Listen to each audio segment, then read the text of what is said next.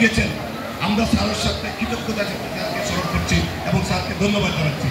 আমাদের অচিত স্যার, যার কাছে আমরা শিখেছি, স্যার এসেছেন, অসুস্থ অবস্থায় এসেছেন, হাই স্যার এসেছেন, আমাদের পরাগ স্যার এসেছেন।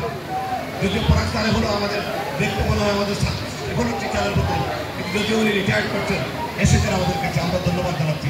পাশাপাশি শিক্ষক মণ্ডলী, আজকের অনুষ্ঠানে যিনি সভাপতি আলাউদ্দিন স্যার, ওনার কথা না বললে নয়। ওনার এই উদ্যোগকে, উনি যদিও আমাদের এমসি কলেজের স্টুডেন্ট ছিলেন না, কিন্তু উনি যতটুকু আমাদের জন্য করে যাচ্ছেন, সত্যি ওনার প্রশংসার দাবিদার, ওনার কাছে আমরা কৃতজ্ঞ। ওনার জন্য একটা হাত তালি দেন দয়া করে প্লিজ।